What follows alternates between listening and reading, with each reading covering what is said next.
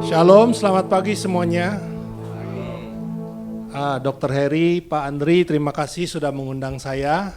Jujur saya di sini merasa saya ini junior banget gitu kan.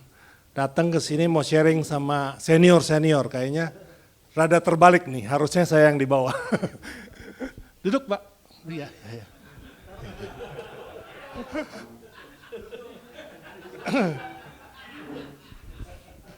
Izin ya hari ini saya ada mimbar ya. Terima kasih. Mau sharing dari pengalaman saya. Pertama saya mau memberi firman dulu dari Lukas 16 ayat 1 sampai 13. Saya minta tolong ada yang bisa bantu bacain yang word-nya dulu. Lukas 16, 1 sampai 13. Bahasa Indonesia masa kini. Pegawai keuangan yang cerdik. 1. Yesus berkata kepada pengikut-pengikutnya adalah seorang kaya. Ia mempunyai seorang pegawai keuangan yang mengurus kekayaannya. Orang kaya itu mendapat laporan bahwa pegawai keuangannya memboroskan uangnya. 2.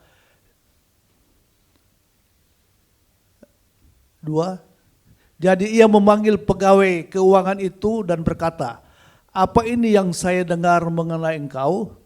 Sekarang serahkan kepada saya laporan lengkap mengenai pekerjaanmu mengurus kekayaan saya. Engkau tidak boleh lagi menjadi pegawai keuangan saya." 3. Maka pegawai keuangan itu berpikir, "Saya harus berbuat apa sekarang?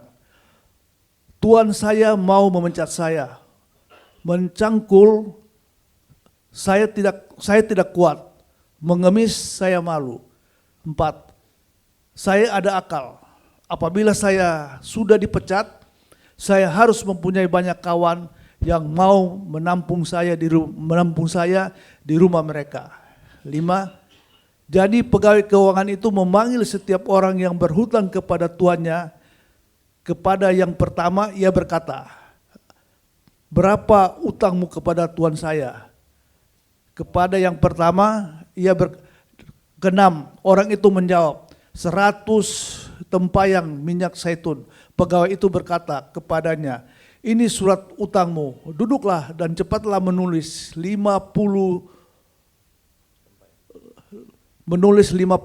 Ketujuh, kemudian ia berkata kepada orang yang kedua, "Dan saudara, berapa utang saudara?" Orang itu menjawab, 1000 karung gandum. Pegawai keuangan itu berkata kepadanya, "Ini surat utangmu, tulislah 800. Kedelapan, maka majikan dari pegawai keuangan yang tidak jujur itu memuji pegawai itu karena tindakan yang cerdik itu. Sebab orang-orang dunia ini lebih cerdik mengatur urusan mereka daripada orang-orang yang hidup dalam terang." 9. Lalu Yesus berkata lagi, katanya, "Dengarlah, pakailah kekayaan dunia ini untuk mendapat kawan, supaya apabila kekayaan dunia ini sudah tidak berharga lagi, kalian akan diterima di tempat tinggal yang abadi." 10. Orang yang bisa dipercaya dalam hal-hal kecil, bisa dipercaya juga dalam hal-hal besar. Tetapi orang yang tidak bisa dipercaya dalam hal-hal kecil, tidak bisa dipercaya juga dalam hal-hal besar. 11. Jadi kalau mengenai kekayaan dunia ini, kalian sudah tidak dapat dipercaya, siapa mau mempercayakan kepadamu kekayaan rohani? 12. Dan kalau mengenai barang yang dimiliki orang lain, kalian terbukti tidak bisa dipercaya, siapa mau memberikan kepadamu apa yang menjadi milikmu? 13. Tidak seorang pun dapat bekerja 2 majikan, sebab ia akan lebih mengasihi yang satu daripada yang lain, atau ia akan lebih setia kepada majikan yang satu daripada yang lain. Begitulah juga dengan kalian. Kalian tidak dapat bekerja untuk Allah dan untuk harta benda, mamon juga. Terima kasih Ko Andri. Jadi ada beberapa catatan di sini ya. Nomor 1, ini kan temanya keuangan. Cocok sekali ini. Ada manajer keuangan. Kalau kita baca dia memboroskan uang majikannya, ownernya, uangnya diborosin. Nah kita nggak tahu nih, apakah dia masuk kantong pribadi atau tidak. Tapi yang jelas majikannya bilang kau telah memboroskan keuangan saya. Nah di sini saya mau fokus di ayat 8 dan 9. Bahasa Indonesia sebelah kiri, yang tadi. Balik lagi. Ya. Saya mau pakai yang bahasa Inggris ya, karena kadang bahasa Inggrisnya ada certain point yang kita miss. Nah, ayat 8. The rich man had to admire the dishonest rascal. Nah, tentunya si majikan ini kan marah. Dia kan dirugikan ya. Tapi bahasanya di situ ingat.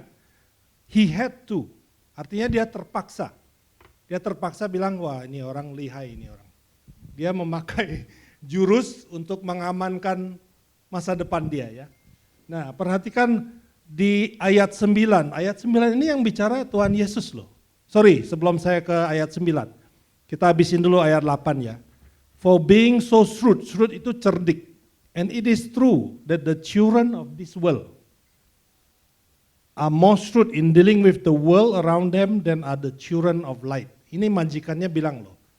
Ini orang-orang dunia ini lebih cerdik mengatur kekayaan, keuangan mereka dari orang-orang yang percaya sama Tuhan. Nah ayat 9 ini, lalu Yesus berbicara, here is the lesson, use your worldly resource to benefit others and to make friends. Ini Tuhan Yesus yang bilang, then when your possessions are gone, they will welcome you to an eternal home. Maksudnya apa nih Tuhan Yesus bilang gini, intinya Tuhan Yesus itu bilang pakailah kekayaan dunia. Kita orang yang percaya ini harus pintar pakai kekayaan dunia untuk masalah yang abadi. Apa itu masalah yang abadi? Next slide.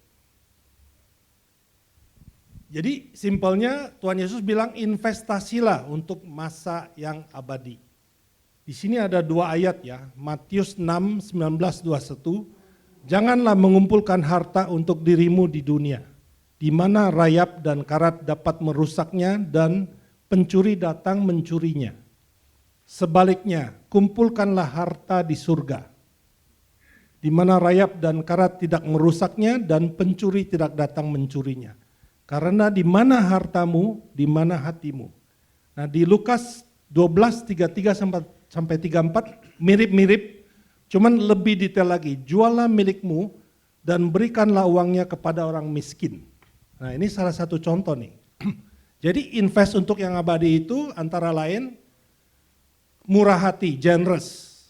Kita memberi kepada yang butuh, kita setia dalam perpuluhan, kita memberi kepada widows and orphans, ya, yatim piatu, itu salah satu contoh.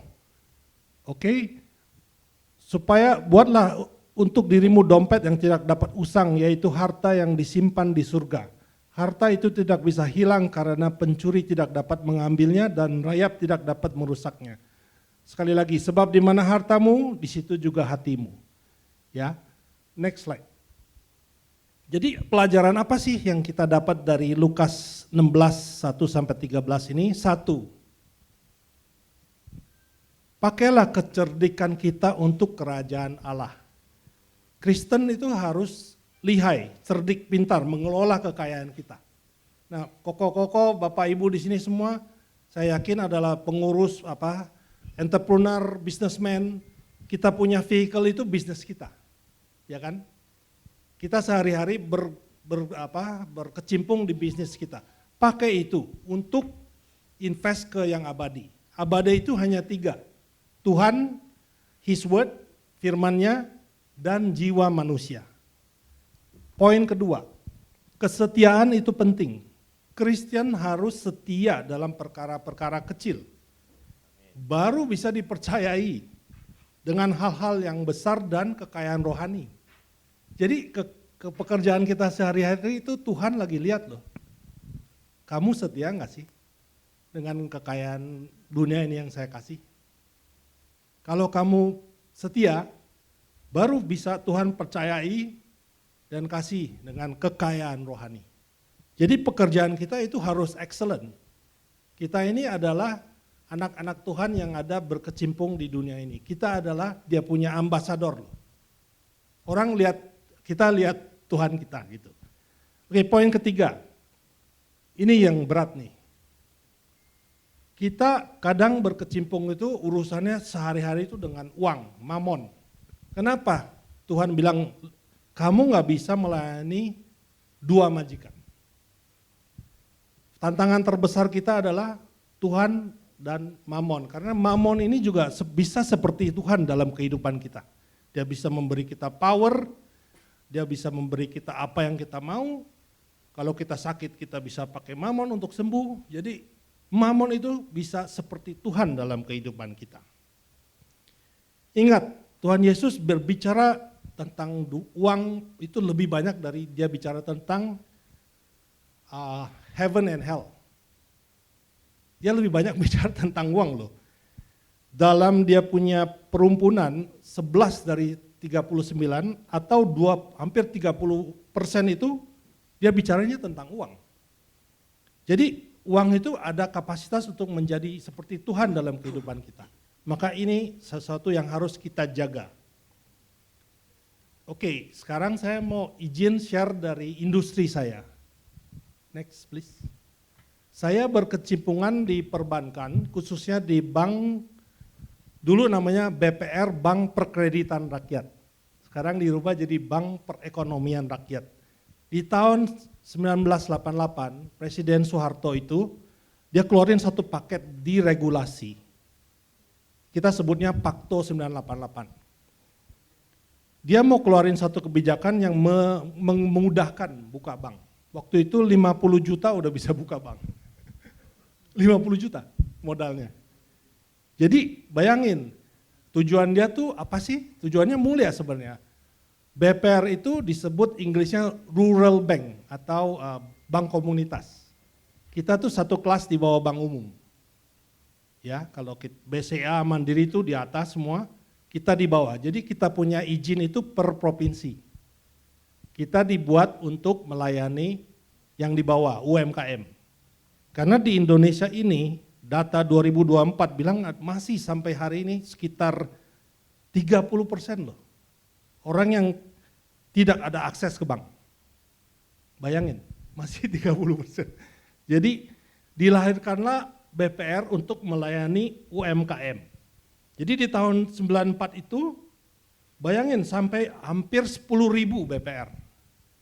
Nah waktu Krismon 98 itu banyak yang tutup, karena ternyata amburadul manajemennya.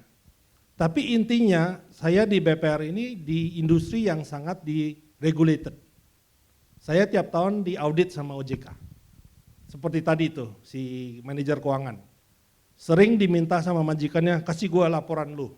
Saya tiap tahun, tiap bulan saya harus lapor ke OJK. Tiap tahun saya diaudit. Ini bukan uang saya. OJK selalu bilang, ini bukan uang lu. Ini uang masyarakat. Ya. Jadi ada prinsip-prinsip yang mirip-mirip nih dengan tadi Lukas nih. Dengan tujuan yang mulia, yaitu kita mau memberi akses kepada orang yang tidak ada akses ke perbankan. Nah, kata kerennya financial inclusion. Yang tidak ngerti keuangan kita harus ajarin, yang tidak berani ke bank umum kita harus ladenin. By the way, bank BPR ini satu kelas di bawah bank umum, kita nggak ikut serta clearing, jadi kita nggak ada giro. Simpelnya hanya ambil uang dari orang yang punya lebih, kita kasih ke orang yang butuh. Fungsi intermediasi disebutnya. Oke, next. Namun, nah ini dia, mamon lagi nih. Ini data CNN ya. Dari 2024 sampai 2025, ini datanya Maret nih. 21 bank tutup.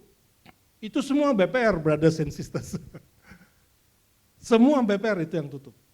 Karena BPR ini cenderung mismanage. Banyak fraudnya. Tiap sehari-hari kita mainnya mamon aja. Kita gudangnya gudang nggak ada inventaris, adanya uang. Jadi disitulah banyak godaan, banyak temptation ya. Jadi bayangin, tadi tujuannya mulia, tapi ternyata yang tutup itu hampir semua BPR. Next please.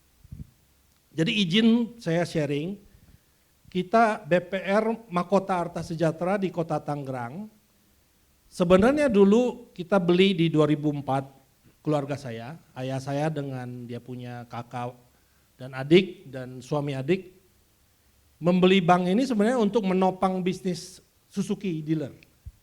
Waktu itu orang mau beli Suzuki misalnya, ya udah pinjam ke bank saya gitu. Jadi saya sebenarnya bukan orang bank, tadi Pak Alex sudah bilang, saya orang electrical engineering, tapi waktu itu saya mulai berkecimpung di 2013. Jujur pada saat saya fokus full di sini itu 2016. Itu keluarga bisnis saya lagi berantem. Papa sama dia punya kakak adik itu berantem. Saya waktu itu ya udah saya nggak mau ikut campur. Saya larilah ke bank ini. Waktu itu bank ini cuman di satu ruang itu aja. Di satu ruang di bawah itu 100 meter square, cuman ada 8 orang. Asetnya waktu itu di bawah 20 miliar. Saya pikir dalam hati, gua nggak ngerti bank, tapi nggak apa-apa lah. Gua kabur ke sini, gua nggak mau ikut campur berantemnya. Kalaupun gua hancurin ya cuman 20 M lah, kira-kira begitulah. Saya jadi takut sih, brothers and sisters, saya takut, karena saya nggak ngerti bank kan. Nah kebetulan saya ini harus diuji, saya harus ikut ujian, saya harus disertif sama OJK. Puji Tuhan saya lewat ya. Sekarang bank ini, next slide, masih satu cabang, tapi sudah 30 orang. Ya di situ saya the only Chinese. Semua yang lain mayoritas another faith ya, lokal. Ada orang Kupang, ada orang Batak, pokoknya NKRI banget lah. Saya boleh slide Excel-nya, tolong.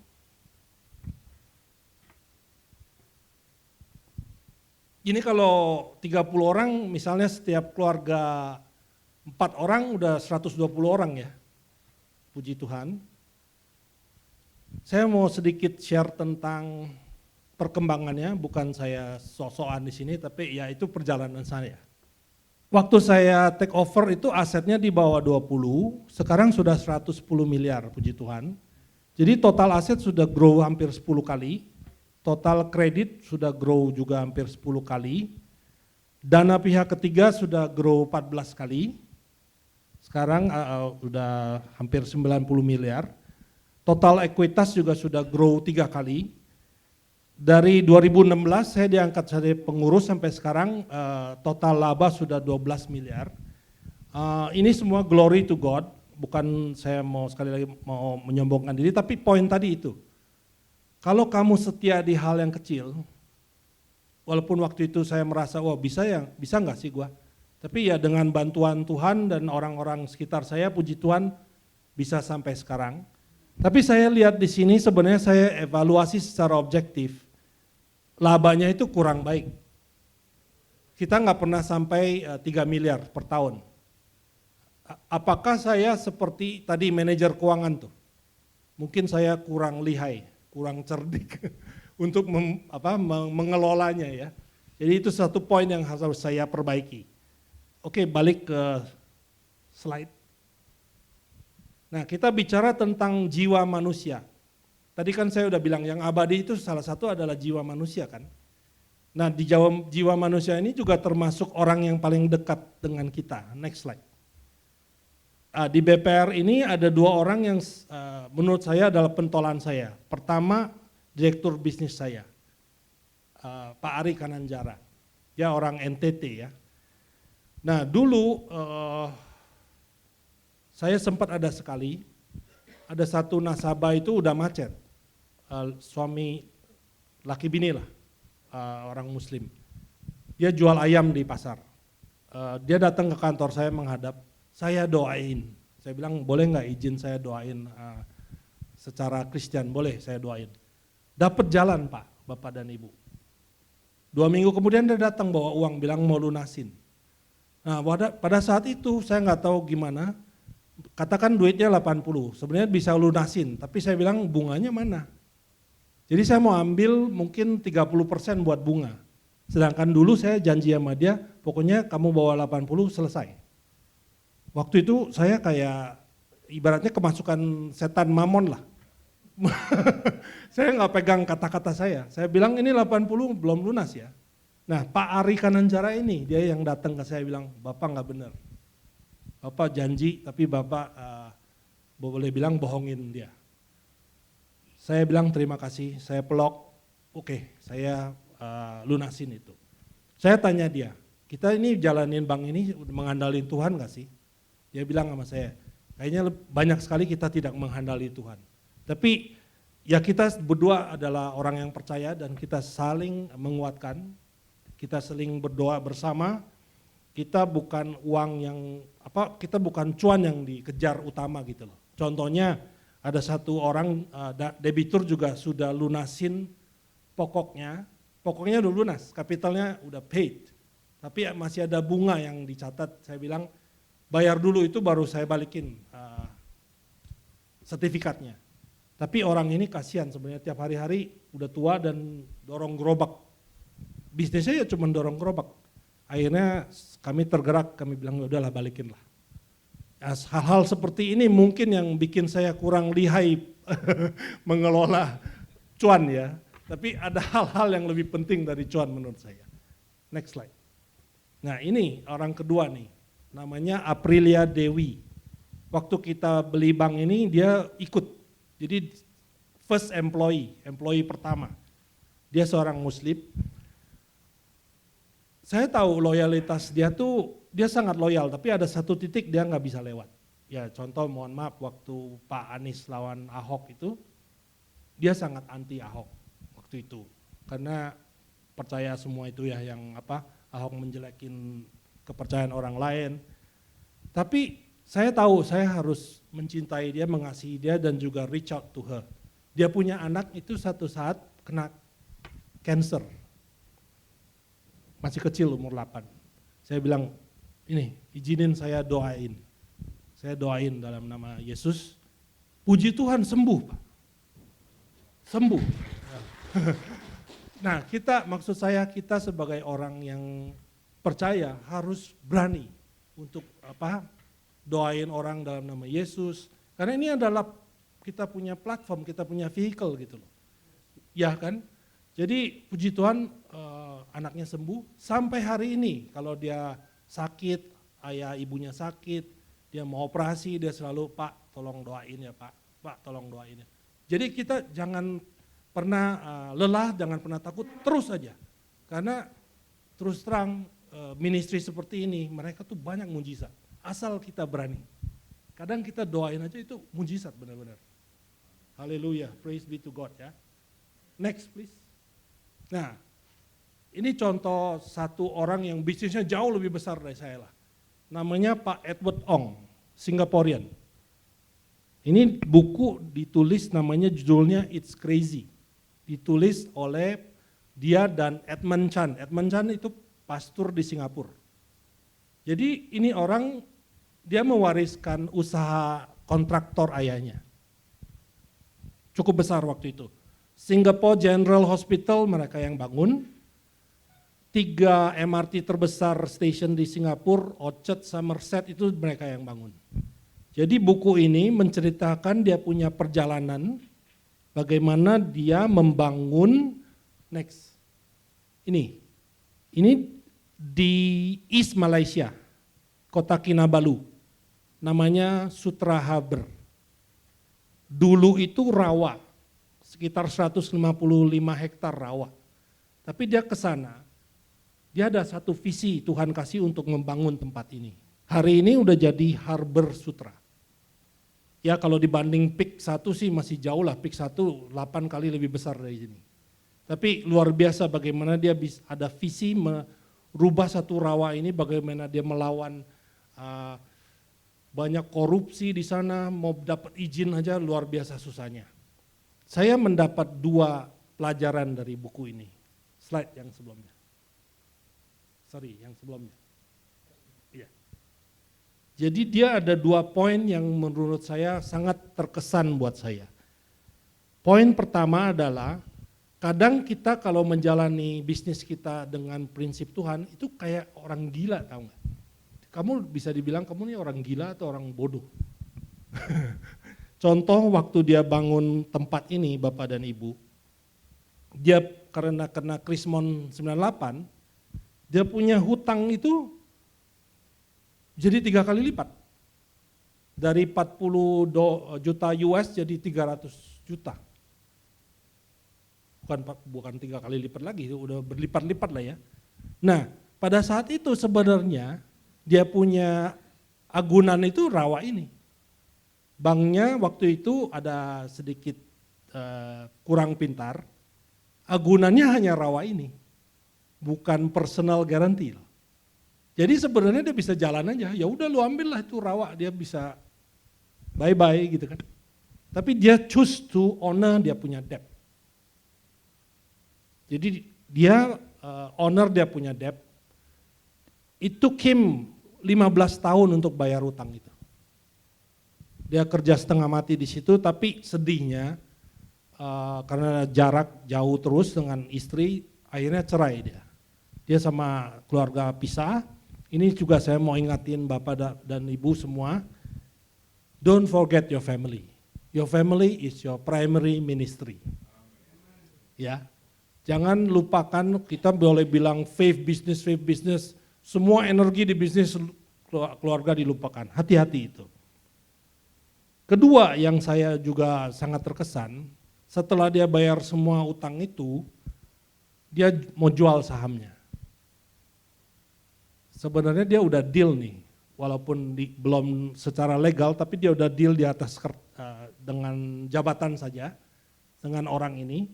Besoknya Bapak-Bapak dan Ibu, ada orang yang datang bilang, gua bayar lu 3 kali lebih tinggi. Tapi karena dia sudah komit, dia tidak. Sorry, saya udah deal, dia bilang.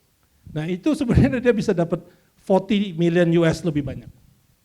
Jadi itu yang tadi saya bilang.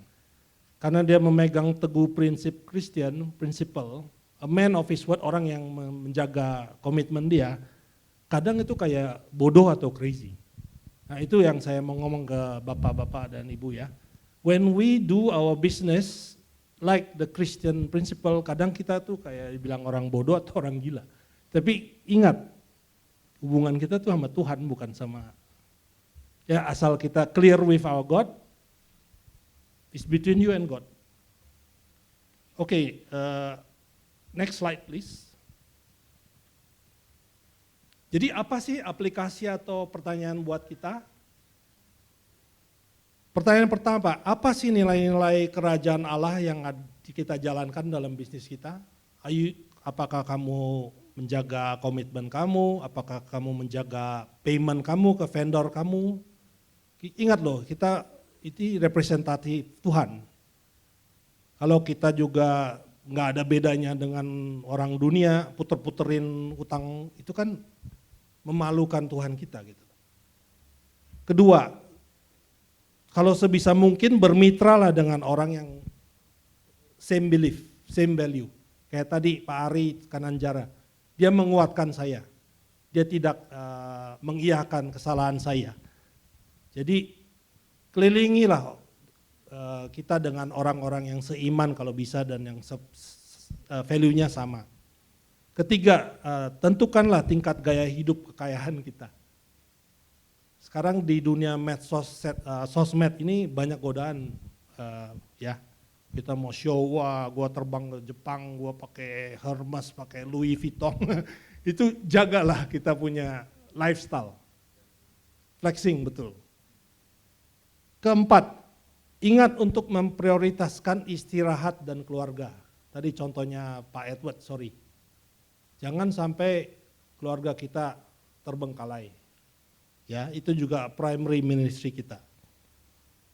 Kelima, muliakanlah Tuhan di tempat kerja kita. Christian businessman itu harusnya yang paling etikanya paling tinggi, business practice-nya paling baik, yang benar-benar give glory to God gitu loh.